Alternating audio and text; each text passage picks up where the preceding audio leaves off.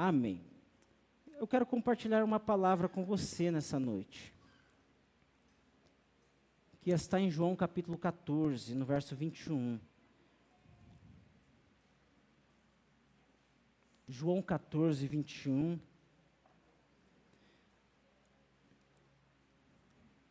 tema que eu dou para a mensagem esta noite é: sou morada de Deus. Amém? Vamos falar essa frase todos juntos? 1, 2, 3. Sou morada de Deus. Mais uma vez, bem forte. Sou morada de Deus. Quantos são moradas de Deus? Digam amém. Amém. Aleluia. O texto diz assim: aquele que tem os meus mandamentos e os guarda, este é o que me ama. E aquele que me ama será amado de meu Pai. Eu o amarei e me manifestarei a ele. Disse-lhe Judas, não o Iscariote: Senhor, de onde vem que te has de manifestar a nós e não ao mundo? Jesus respondeu e disse-lhe: se alguém me ama, guardará a minha palavra, e meu Pai o amará, e viremos para ele e faremos nele morada. Quem não me ama, não guarda as minhas palavras. Ora, a palavra que ouvistes não é minha, mas o Pai que me enviou. Feche seus olhos, por gentileza. Pai querido, nós te agradecemos pela tua palavra que será ministrada neste momento. Que o Senhor nos conduza, Senhor amado, no decorrer desta palavra, nos dando paz, nos dando direcionamento, trazendo conforto a cada coração. Se alguém aqui ansioso, aflito, se alguém aqui preocupado, que neste momento, Deus, possamos ser alvo da tua graça e da paz que vem do Senhor.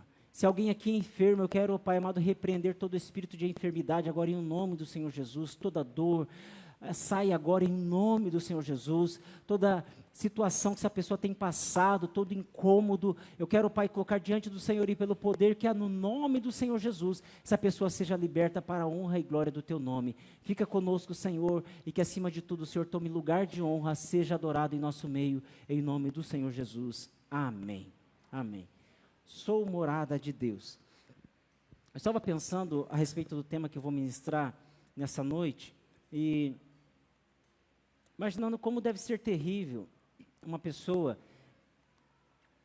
estar sob o mesmo teto de alguém que ela não tem mais afeto, que ela não tem mais admiração e que ela não ama mais.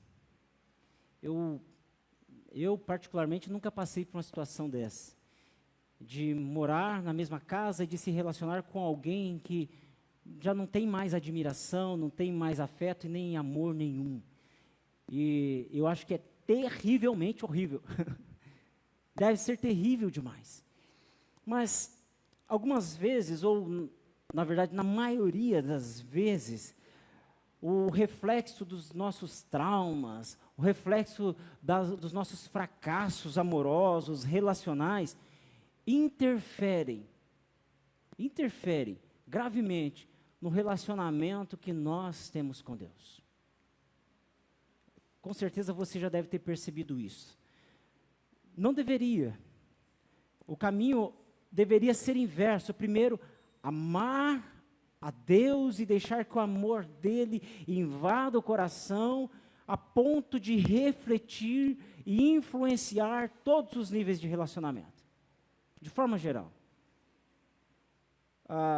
Se fosse desta maneira, eu acredito que seria muito mais leve. Se conseguíssemos, todos nós, amarmos a Deus e o nosso coração ser tão cheio do amor por Deus, a ponto de transbordar de nós, eu acredito que muitos conflitos seriam inevitáveis, seriam evitáveis.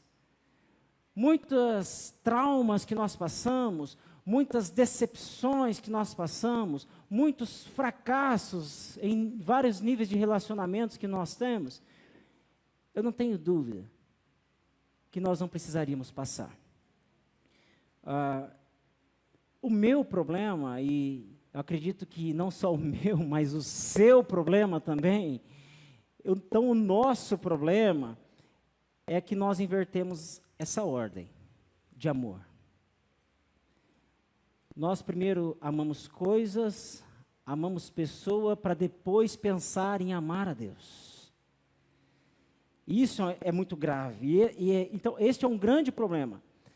Algumas vezes nós fazemos algo para Deus, em nome de Deus, esperando receber em troca o amor e a aprovação de Deus. E aqui eu vou para o confessionário. Eu confesso para vocês que eu já fiz muito isso.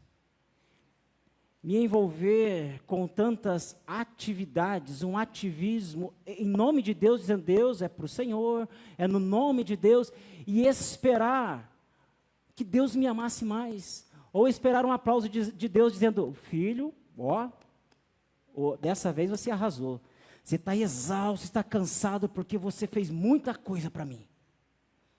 Filho, você está doente porque você trabalhou demais para mim. Algumas vezes nós fazemos, não estou dizendo que fazer, existe o fazer para Deus da maneira certa, mas algumas vezes fazemos da maneira errada. Fazemos porque nós queremos receber a aprovação de Deus, queremos que Deus nos ame mais, queremos que Deus muitas vezes nos aplauda. E ainda acontece em outros níveis, às vezes nós nos esforçamos para ter um bom casamento, nós nos esforçamos para ser um bom esposo, uma boa esposa, com a simples finalidade, não aborrecer Deus, não decepcionar Deus, para Deus não deixar de me amar. Às vezes nós evitamos alguns tipos de conflitos que deveríamos enfrentar, porque nós não queremos enfrentar certos conflitos, porque assim, se eu enfrentar esse conflito, Deus vai olhar para mim e falar assim, filho, não gostei do que você fez e Deus vai deixar de me amar.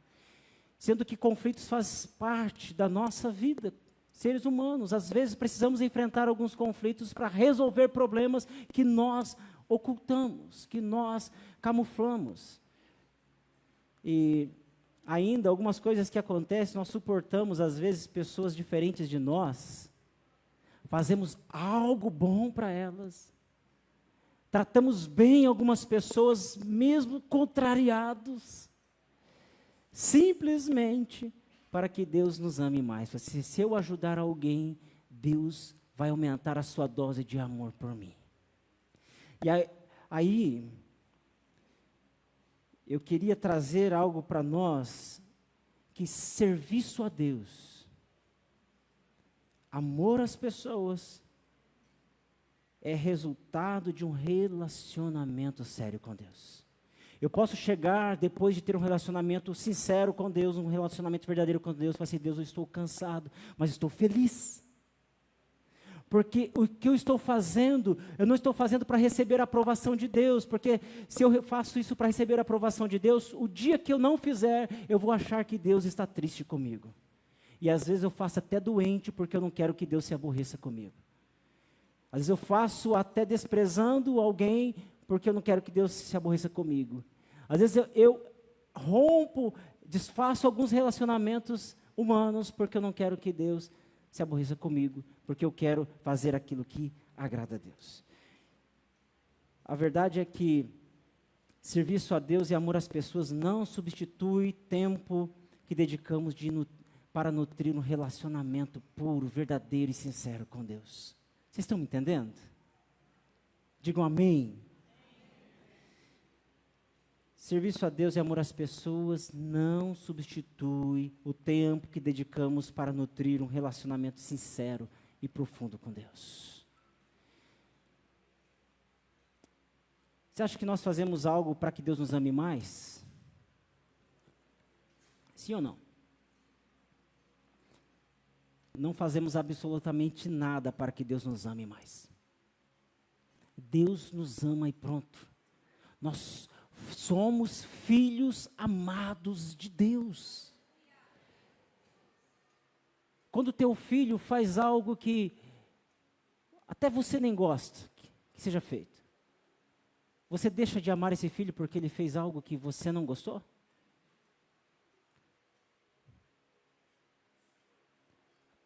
Não tem nada que nós façamos que pode fazer com que Deus deixe de nos amar. Deus continua nos amando. Simplesmente assim, Ele nos ama. Ele nos ama porque nós somos filhos e filhas de Deus. Tudo que nós fazemos, agora falando de serviço, falando de amor, falando de atividades, falando de ações, tudo que nós fazemos deve ser com Deus, na companhia de Deus.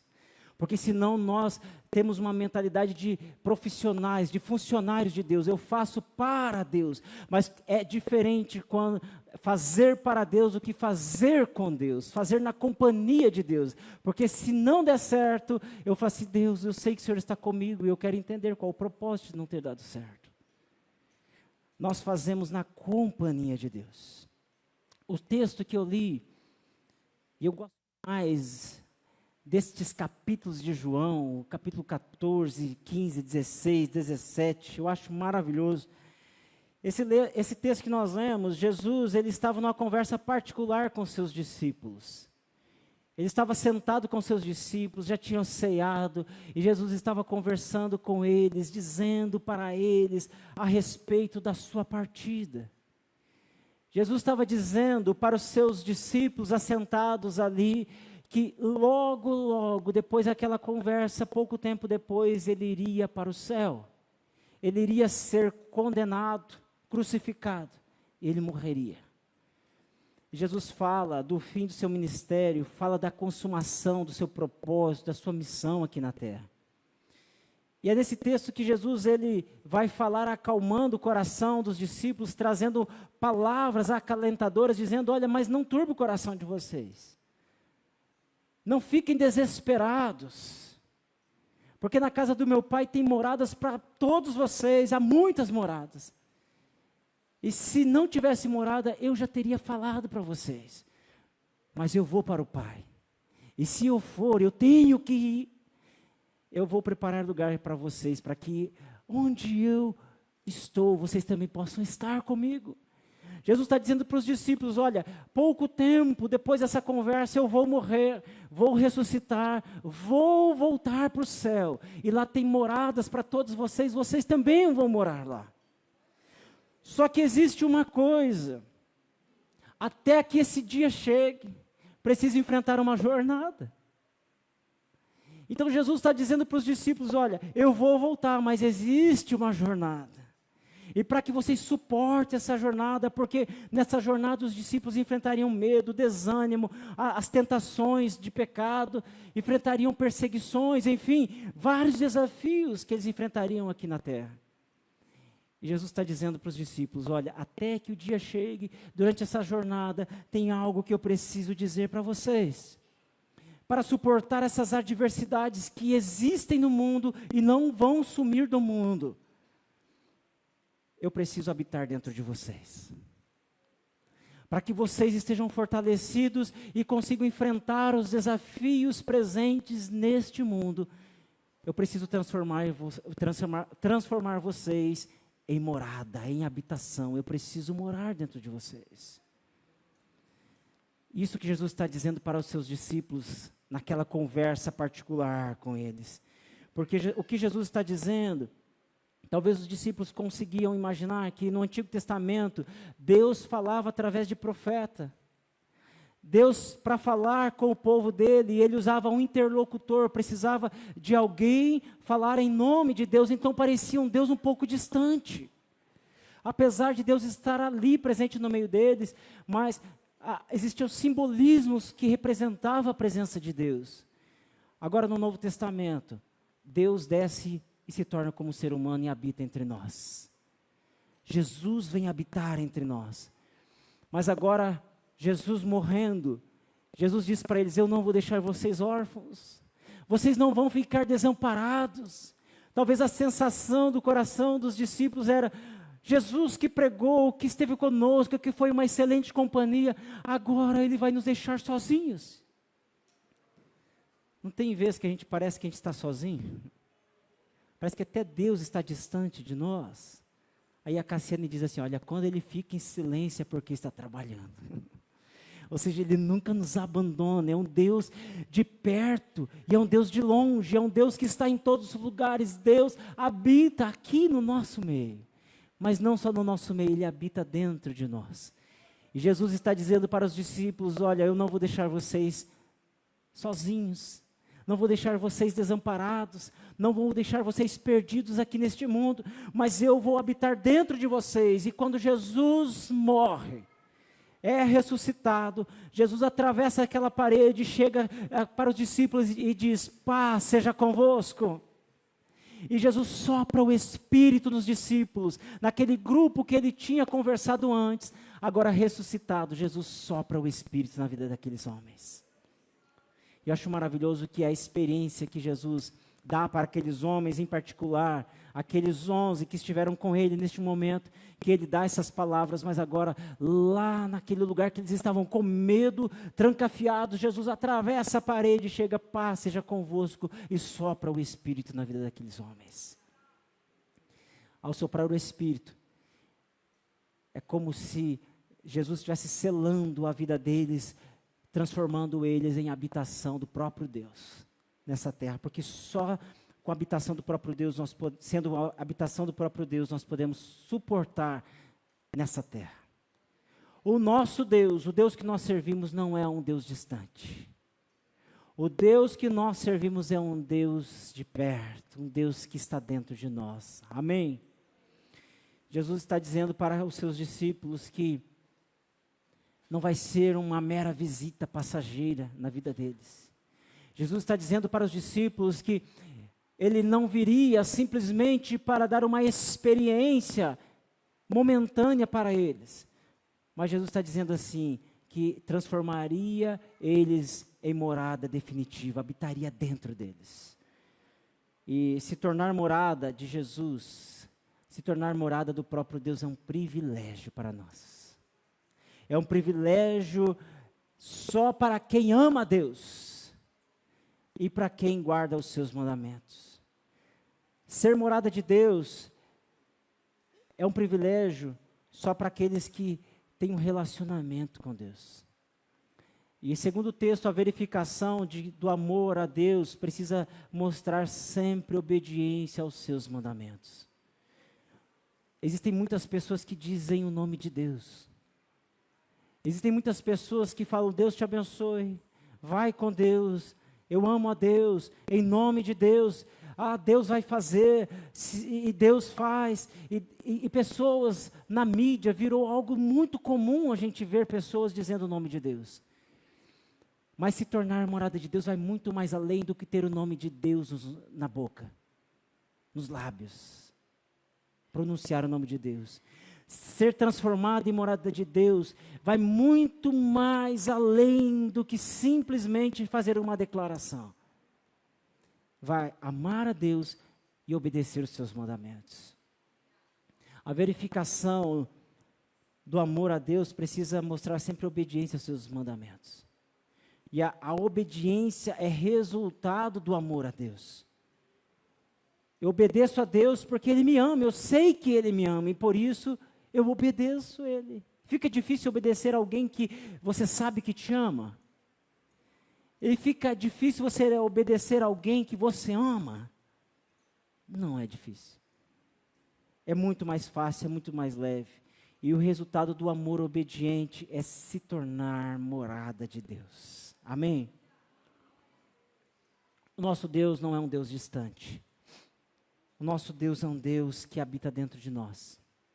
A minha pergunta é: você é morada de Deus? Deus está morando dentro de você? Deus está morando dentro de você? Quando você olha para você mesmo, você encontra Deus aí dentro de você? Eu queria trazer 2 lições, 2 ensinamentos desta passagem para os nossos dias. Primeiro, entregue-se de fato ao amor a Deus. Entregue-se de fato ao amor de Deus. Entregue-se de fato. Como? Amando a Deus acima de todas as coisas. Amando a Deus mais do que o carro, mais do que o jogo, mais do que a agenda, mais do que o trabalho, mais do que o diploma, mais do que o status, mais do que uma selfie perfeita. amando a Deus todos os dias.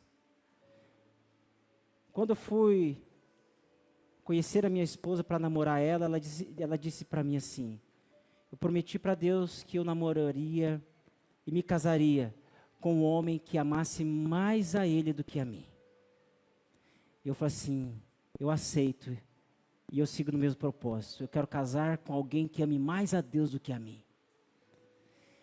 Se amarmos a Deus mais do que qualquer outra coisa, que nossa família, que a nossa integridade, não vai ser difícil, vai ser mais leve. Então, entregue-se de fato ao amor de Deus. O Agostinho, um dos pais da igreja, Agostinho de Hipona, ele diz que o pecado é o amor fora de ordem. É quando você ama mais algumas coisas do que a Deus, e Deus está lá na lista longe, que não é mais prioridade.